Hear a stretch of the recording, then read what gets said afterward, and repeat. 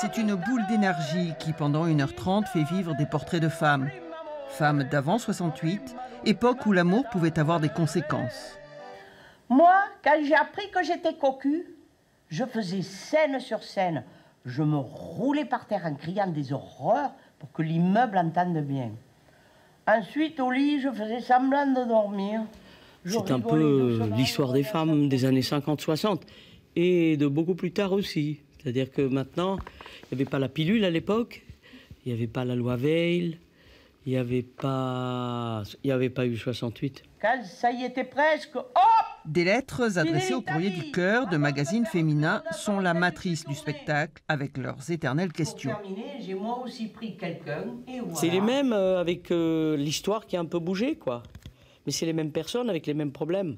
Problème de situation, problème de ne pas tomber enceinte, problème de garder un homme et puis de le mettre à sa botte. Et que qui dit mieux s'aligne, hein, on l'écoute. C'est moi, c'est vous, c'est nous, c'est notre génération. Les plus âgés et les plus jeunes se marrent. D'Avignon! Ces lettres de femmes résonnent singulièrement à la lumière de la parole libérée de ces derniers mois. Avec tout ce qui se passe avec cette révolution féministe, c'est très intéressant de voir comment ça va être pris. On attend avec grande curiosité justement quelles vont être les réactions féminines. Si le langage paraît vieillot, ce n'est que la forme qui a changé. Les confessions, les aveux, les questions restent les mêmes, qu'elles aient 13 ou 70 ans.